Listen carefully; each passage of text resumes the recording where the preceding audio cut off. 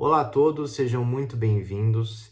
Que a paz do nosso Mestre Jesus nos envolva durante esse momento tão especial de reflexão.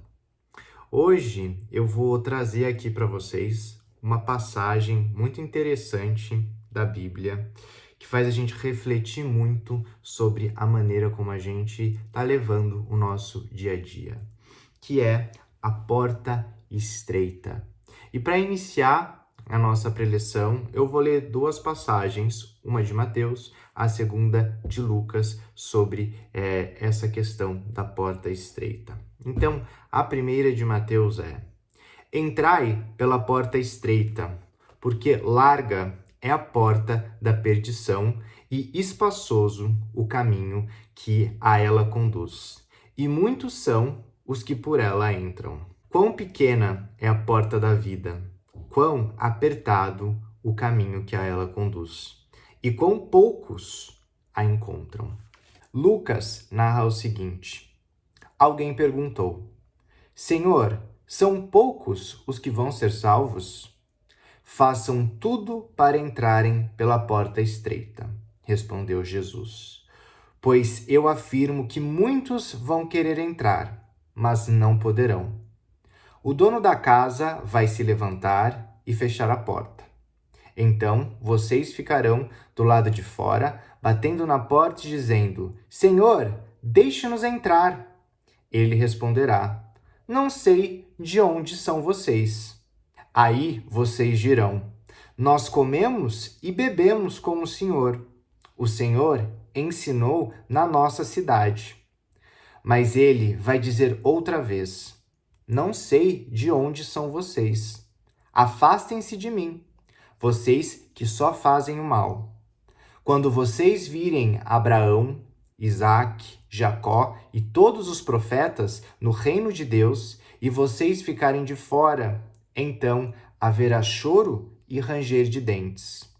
Muitos virão do leste e do oeste, do norte e do sul, e vão sentar-se à mesa no reino de Deus. E os que agora são os últimos serão os primeiros, e os primeiros serão os últimos. Bom, essa passagem é uma passagem relativamente bem conhecida, não apenas pelos cristãos, mas eu acredito que até por quem não segue alguma religião, né? Principalmente essa última frase de que os últimos serão os primeiros e que os primeiros serão os últimos, né? Os famosos humilhados que um dia serão exaltados. Jesus, ele utiliza a metáfora das portas. O que são portas? Portas são escolhas, são opções, né? Então, se você pega e escolhe a porta, tinha até aqueles programas antigamente que tinham as portas para você escolher, para saber qual era o prêmio que estava do outro lado, né? Então, dependia das suas escolhas. Então, Jesus vai utilizar essa metáfora para mostrar para a gente, primeiro, o livre-arbítrio. Então, ele vai falar para nós sempre teremos escolhas na nossa vida. Só que as nossas escolhas são diferentes e também os resultados que elas vão trazer para a nossa vida serão diferentes da mesma forma. Mas Jesus vai além de simplesmente dizer que a gente tem duas portas para escolher. Ele narra como é que essas duas portas são. E fica bem claro que uma é de acesso muito fácil, enquanto a outra é de um acesso muito mais complicado. E, ao mesmo tempo que a gente entende o formato da porta, ele também vai mostrar para nós o que se esconde atrás de cada uma delas. Enquanto da porta maior, a porta mais larga, a gente vai se deparar com os conformismos da vida, atrás da porta estreita é onde a gente vai perceber, encontrar realmente a nossa felicidade, aquilo que realmente nos move. E muitas vezes a gente fica indagando, nossa, então assim a felicidade eterna está apenas atrás da porta, né, da porta estreita. E a gente fica imaginando que Deus vai nos recompensar devido ao nosso esforço para chegar até lá. Então é como se fosse de novo uma questão de decisão divina. É como se Deus estivesse olhando lá de cima para ver se você vai tomar a decisão correta, que é de acordo com o que ele acredita ser. Lembrando que esse tipo de visão, mais uma vez, é o tipo de visão de como se tivesse um outro ser humano olhando lá para cima, vendo os jogadores jogarem o jogo que ele mesmo criou. Não é assim que funciona. A gente precisa entender todo o caminho que leva à escolha de cada porta, para que a gente também consiga entender a colheita dos resultados que vão estar por trás delas. Quando Jesus fala unicamente de que numa porta você vai ser levado ao ranger de dentes, à tristeza, aos prantos, e na outra porta seria a real salvação, Jesus ele não está colocando algo tão genérico quanto a gente fica imaginando. Porque antes de você chegar nessas portas, você precisa se conhecer e entender o que te move. Você ir até uma dessas opções demanda esforço, independente de qual seja. Um vai demandar pouco esforço, a outra opção vai demandar muito esforço. Agora, o que é que vai fazer você tomar a sua decisão? É a maturidade do seu espírito. A maturidade do espírito, ela envolve duas coisas principais. A primeira é um autoconhecimento. Você precisa saber quem você é de verdade, você precisa saber o que você quer na realidade.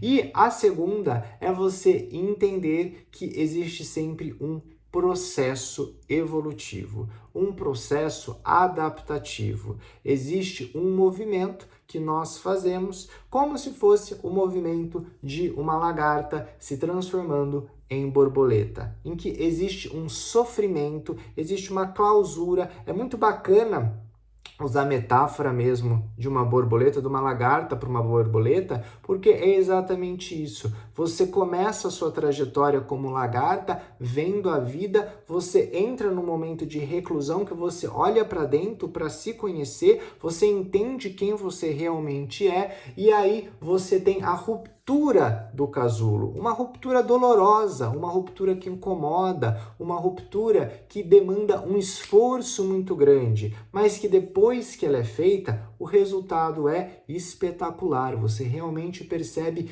quão forte e bonita foi a sua transformação. Então, você ter essa maturidade de espírito, ela é muito importante, porque ela vai mostrar para você quem você é para si mesmo e também vai deixar claro que para você chegar nos objetivos que você realmente quer conquistar na sua vida, você vai passar por momentos dolorosos, momentos de sacrifício, momentos que você não gostaria de estar passando, você preferiria estar fazendo outra coisa, né? Muitas vezes você quer estar no bar com seus amigos, ir num restaurante, ao invés de estudar para uma prova. Muitas vezes você quer fazer uma viagem, ao invés de ter que trabalhar no mês que você normalmente poderia viajar.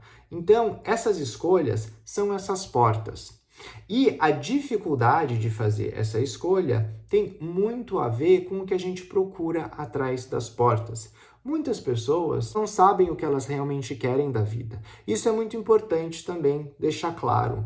Nós somos seres em matéria, somos seres espirituais em matéria. Estamos na Terra. A gente tem corpo. Nós somos uma vibração bem densa. E a razão para isso não é uma punição. A razão para isso não é algo que a gente fez de errado. Não é. A razão para nós estarmos vivendo nesse tipo de dimensão é única e exclusivamente porque é necessário para a nossa trajetória evolutiva.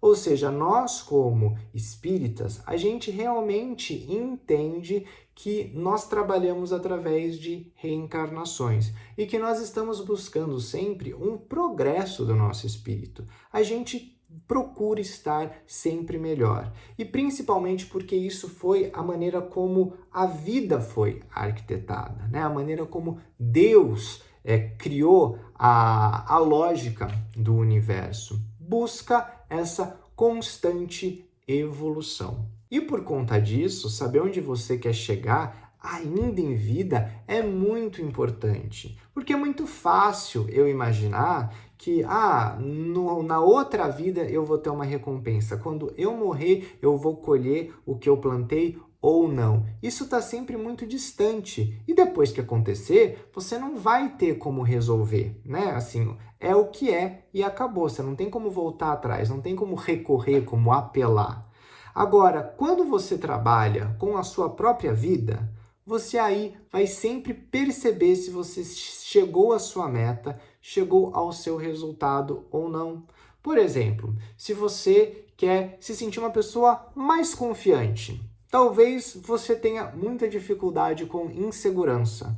Você sente vergonha em mostrar um ponto de vista. Talvez no trabalho você sinta que você não tenha uma voz muito forte, ou então você imagina que na sua família você gostaria de ter um pouco mais de harmonia, porque existe uma certa briga aqui, um desentendimento lá, você gostaria de ter mais amigos porque você se sente um pouco mais isolado, você gostaria de crescer, não só na sua empresa, mas no próprio financeiramente, você gostaria de ter mais destaque no seu trabalho por você fazer um bom trabalho, por você entregar valor para a sociedade, para a empresa que você trabalha, que você presta serviço, ou mesmo a empresa que você tem.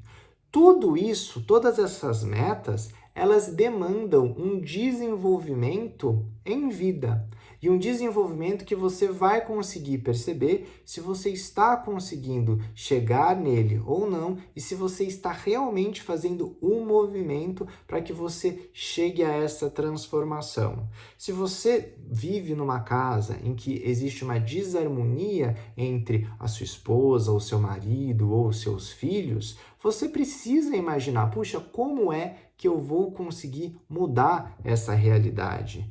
Como é que eu vou me comportar para trazer mais harmonia aqui em casa? E é nesse momento que é feita a escolha da porta. Perceba o seguinte, a escolha da porta estreita é quando a gente traz para a gente a responsabilidade. A escolha da porta larga é quando a responsabilidade sobre a nossa vida é do outro. É uma responsabilidade de conformismo, é uma responsabilidade de surpresa. Atrás da porta estreita está um objetivo, um resultado que eu escolhi. Atrás da porta larga está um resultado, um objetivo que alguém escolheu para mim, que é o que deu. Então, se você está numa situação em que tem essa desarmonia na família, se você escolheu a porta estreita, você está pensando como é que você vai mudar o seu comportamento para trazer mais harmonia naquela casa. Será que eu vou me segurar na hora que eu deveria responder alguma coisa? Será que eu não vou chamar atenção? Será que eu não vou julgar algum comportamento recorrente que eu sempre julgo e ele sempre acontece? Eu sempre julgo e ele sempre acontece. Ou seja, eu percebo que não resolveu o problema, mas o fato de eu responder, de eu apontar o erro no meu filho, na minha esposa, no meu marido, em quem quer que for, me traz uma certa satisfação pessoal, né? Eu nutro o meu ego, mostrando que o outro está errado e que eu tô certo. Então, eu vou ter que mudar isso em mim. E isso dói, porque o meu ego não gosta de ser contrariado. O meu ego não gosta de estar errado. E aí, você vai começar a perceber as transformações. Primeiro, a transformação vai ocorrer em você. Isso é o fato. Depois, ela começa a se disseminar em volta. Digamos que no seu trabalho, você tenha sempre uma ideia, mas que as outras pessoas não estão dando ouvidos para ela. Sempre que você quer falar alguma coisa, alguém não dá ouvido. Aí você vai fazer o quê? Você vai passar a sua vida inteira pensando, puxa vida, ninguém me dá uma oportunidade. Ou talvez você consiga encontrar uma outra empresa uma oportunidade. Você pode fazer um movimento porque, às vezes, o local onde você está trabalhando não é o local que realmente vai trazer os frutos que você quer para a sua vida. Aí você vai para um outro local que talvez eles escutem mais, eles ressoem mais com aquilo que você tem a dizer, com aquilo que você quer mostrar, e aí dessa forma você consiga realmente desabrochar e mostrar todo o seu verdadeiro potencial. Mas vai doer porque você vai entender que, puxa, aqueles que não estão me escutando, talvez eles nunca me escutem. E talvez o local que eu esteja hoje, que é cômodo, que ainda paga as minhas contas e tudo mais, eu vou ter que deixar de lado por um tempo, vou ter que fazer um movimento maior para conseguir encontrar um outro local que eu pertença, mas que depois que tudo isso passe, eu realmente perceba a minha felicidade, eu realmente me desenvolva.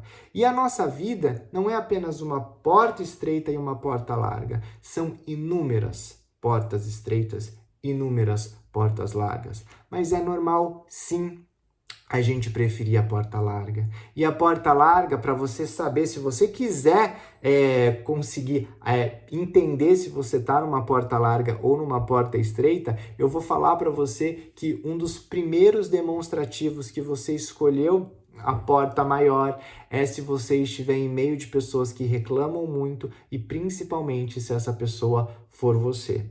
Se isso estiver acontecendo com você, tenha certeza absoluta, você está na porta larga. A porta estreita você não consegue reclamar, porque você está muito preocupado em conseguir passar por ela. E outra razão pela qual eu acho muito importante a gente ficar sempre atento também com a linguagem da Bíblia é que de vez em quando pequenas sutilezas da maneira como está escrito fazem a gente compreender a passagem de uma maneira muito diferente. Por exemplo, aqui eu tenho duas Bíblias em que essa mesma passagem, o verbo salvar é retratado de duas formas diferentes. Então, aqui em Lucas, alguém pergunta: Senhor, são poucos os que vão ser salvos? Enquanto que aqui, nessa outra Bíblia, a tradução é: Senhor, são poucos os que vão se salvar. Então, a maneira também como a Bíblia ela é escrita, ela demonstra onde é que a gente está focando a resolução dos nossos problemas. Quando eu leio ser salvos, parece que alguém irá nos salvar. Qualquer um, a gente nunca imagina que é nós mesmos. Mas quando eu falo se salvam, o movimento é de dentro para nós mesmos. Então, é uma coisa de eu me salvar. E algo que a gente tem que entender é que quando a gente não se salva, a gente mesmo se condena, a gente mesmo se sabota. A gente aceitar o livre-arbítrio significa entender que a solução de tudo aquilo que a gente entende como sendo um desafio na nossa vida está nas nossas mãos. E se a gente quiser ter uma vida mais abundante, uma vida mais feliz, uma vida mais completa, algo que a gente tem que prestar muita atenção também são nos nossos hábitos. Que tipo de hábito você tem? É um hábito que constrói? É um hábito que promove uma felicidade, que promove a harmonia onde você está, a harmonia com a sua saúde? Ou é um hábito que destrói? É um hábito que dissemina uma fofoca? É um hábito que fica cutucando aquilo que você não deveria cutucar? É um hábito que vai colocar a sua saúde em risco, seja em médio ou até mesmo em longo prazo? E os hábitos, eles são muito complicados de nós percebermos quando eles estão sendo forjados, porque quando a gente se dá conta, a gente já está tão imerso nesse hábito que fica difícil a gente sair quando é algo ruim. Mas todas essas situações, quando a gente tem um autoconhecimento e consegue criar um autocontrole das nossas vontades, a gente consegue ser senhor desses hábitos, ser senhor das nossas vontades. Demanda muito treino, demanda muita reflexão, demanda muita abstinência de várias vezes, desejos que são muito momentâneos, que a gente precisa entender que não, agora não é o momento, demanda força de vontade. E aí a gente chega à última frase desse capítulo, que é: e os que agora são os últimos serão os primeiros, e os primeiros serão os últimos. Muitas vezes, uma leitura muito simples, muito óbvia disso, seria que aquela pessoa que sempre teve tudo, aquela pessoa que sempre conseguiu tudo na vida, não vai ser assim quando ela morrer, quando ela chegar na outra vida. E aquela pessoa que foi uma coitada, que sofreu, que pastou, que teve uma vida muito difícil, Jesus vai chegar, Deus vai chegar, vai dar a mão para ela e falar: olha, meu filho, eu tenho muita dó de você, você aguentou, agora você vem aqui e você vai ter uma vida maravilhosa. Isso daí, às vezes, parece justo para nossa cabeça aqui da Terra, de seres humanos incompletos, né? Ainda pouco evoluídos, mas quando a gente para pensar um pouquinho mais, quão injusto seria apenas essa ideia de que pessoas que foram felizes, que tiveram muitas coisas boas aqui na Terra, vão ser infelizes na outra dimensão, né? No momento em que a gente desencarnar, e as pessoas que sofreram muito, simplesmente porque sofreram, vão receber as maiores exaltações. Quando a gente fala da questão de primeiro e de último, a gente realmente está falando da questão evolutiva.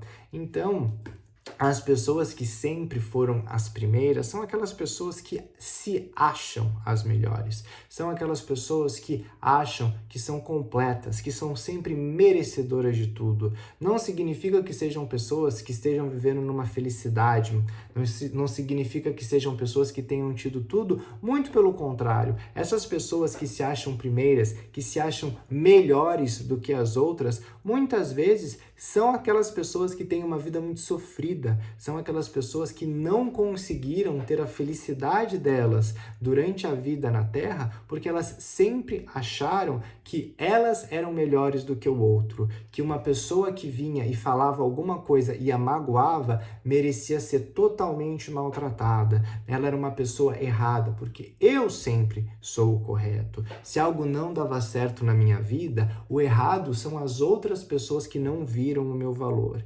Então, aquele que se coloca como primeiro é aquele que está sempre passando pela porta larga, porque é uma porta de conformidade, é aquela porta que olha para você e fala: não, você tá certo, você precisa encontrar pessoas que percebam o quão maravilhoso você é, vem para cá que aqui você cabe, aqui você não precisa mudar em absolutamente nada.